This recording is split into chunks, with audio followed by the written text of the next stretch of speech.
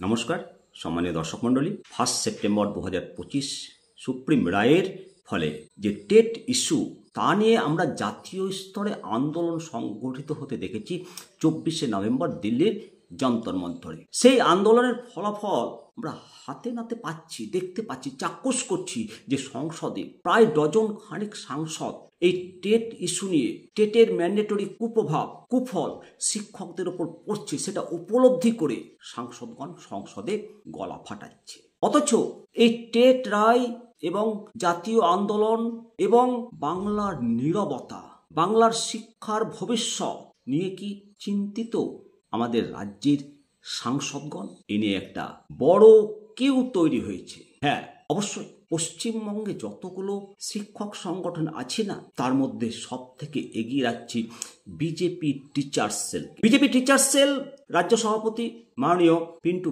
পাড়ই, teacher সেলের রাজ্য সভাপতি তথা উনি কনভেনার, উনি যে পদক্ষেপটা গ্রহণ করেছিলেন ওনার বন্ধুসুলভ দাবি নিয়ে মাননীয় সাংসদ সৌমিত্র খা মহাশয়ের কাছে এবং আমাদের জাতীয় শিক্ষা প্রতিমন্ত্রী মাননীয় সুকান্ত মজুমদারের কাছে উনি যে দাবিপত্র পেশ করেছিলেন, সেই দাবির পরিপ্রেক্ষিতেই মাননীয় সৌমিত্র খা মহাশয় সহ পশ্চিমবঙ্গের সমস্ত বিজেপি সাংসদ মাননীয় যশস্বী প্রধানমন্ত্রী নরেন্দ্র মোদীজিকে স্মারকলিপি দিয়ে টেট ইস্যুর ব্যাপারে একটা বলিষ্ঠ আলোচনা হয়েছে এবং সাংসদ সৌমিত্র খা সংসদে গলা ফাটিয়েছেন। একজন বিজেপি সাংসদ সরকারের বিরুদ্ধে টেট ইস্যু নিয়ে কথা বলেছেন। এরপর জগন্নাথ সরকার মাননীয় সাংসদ, উনিও টেট ইস্যু নিয়ে কথা বলবেন, তাকেও স্মারকলিপি দেওয়া হয়েছে শিক্ষক সংগঠনের পক্ষ থেকে। অথচ আমরা পশ্চিমবঙ্গে আমাদের জন্ম ছোট থেকে আমরা দেখি যে পশ্চিমবঙ্গ সর্বদা কেন্দ্র বিরোধী একটা নীতি নিয়ে চলে। কেন্দ্র সরকারের সমালোচনা করা এটা পশ্চিমবঙ্গের রক্তে রয়েছে।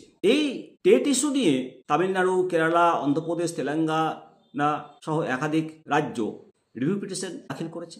এখনো রিভিউ পিটিশনের কোনো চূড়ান্ত আপডেট আসেনি। জাতীয় পর্যায়ে শিক্ষকদের একটা অভূতপূর্ণ ঐক্য আমরা লক্ষ্য করছি। মহারাষ্ট্র সরকার টেট ম্যান্ডেটরি করেছে, তার পরিপ্রেক্ষিতে মহারাষ্ট্রে একটা ব্যাপক শিক্ষক ধর্মঘট সংগঠিত হয়েছে, যা 100% সফল হয়েছে। কিন্তু পশ্চিমবঙ্গের শিক্ষক সংগঠনগুলো আন্দোলন করেছে, কিন্তু একটা বলিষ্ঠ আন্দোলনের দরকার, সেটাই খামতি থেকে গেছে। বিজেপি টিচার সেল আমাদের রাজ্যে রয়েছে, তাদের সদস্য সংখ্যা আছে, কিন্তু যেহেতু বিরোধী শিক্ষক সংগঠন, সেই জন্য অনেক হাজার হাজার শিক্ষক তাদেরকে সমর্থন করেন অন্তর থেকে, কিন্তু সরাসরি প্রকাশ করে না। এটা বলতে অসুবিধা নেই।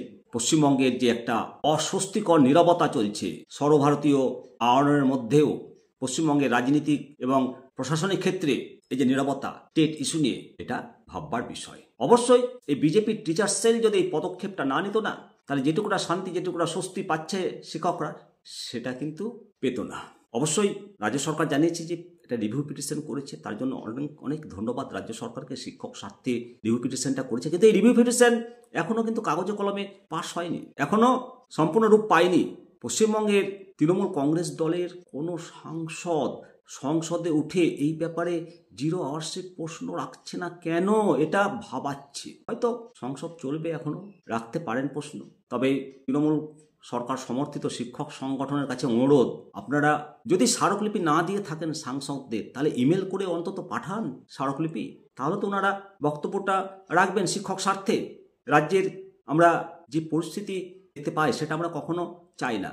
শিক্ষা নিয়ে যে দুর্নীতি, স্ক্যাম এবং আদালতের কঠোর পর্যবেক্ষণের মধ্যে দিয়ে চলতে হচ্ছে রাজ্য সরকারকে, এটা থেকে যত তাড়াতাড়ি রাজ্য সরকার বেরাবে ততটাই আমাদের মনটা ভরবে। রাজ্যের শাসকদের পক্ষে বাড়তি সতর্কতা স্বাভাবিক, কিন্তু তাই বলে কি শিক্ষকদের ন্যায্য স্বার্থের মূল্যে এটা হতে হবে?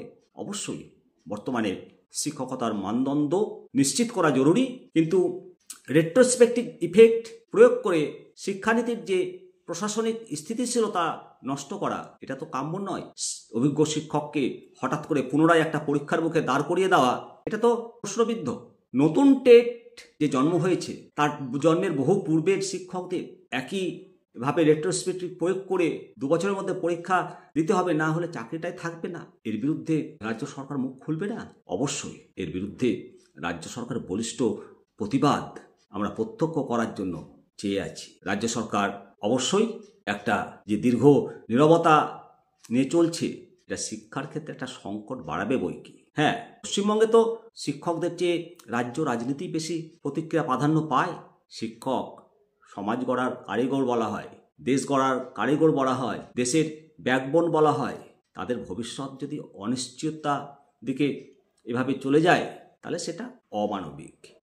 অবশ্যই শিক্ষকদের উদ্বেগ, শিক্ষকদের অভিজ্ঞতা, শিক্ষকদের ন্যায়ের দাবি এগুলো প্রতিষ্ঠিত হোক। অবশ্যই পশ্চিমবঙ্গ সহ সারা ভারতবর্ষের শিক্ষা ব্যবস্থা একটা জোরালো ভিত্তির ওপর প্রতিষ্ঠিত হোক এবং শিক্ষকদের যে ভয় ভীতি শিক্ষাক্ষেত্রে এগুলো রাজ্য সরকার এবং কেন্দ্র সরকার উভয়ই দূর করুক। শিক্ষার মেরুদণ্ড যদি ভেঙে যায়, শিক্ষকের মেরুদণ্ড যদি ভেঙে যায়, তাহলে দেশের মেরুদণ্ড থাকবে? আপনারাই বলবেন। অবশ্যই কমেন্ট করবেন কমেন্ট সেকশনে। ভালো থাকবেন। জয় হিন্দ, জয় ভারত।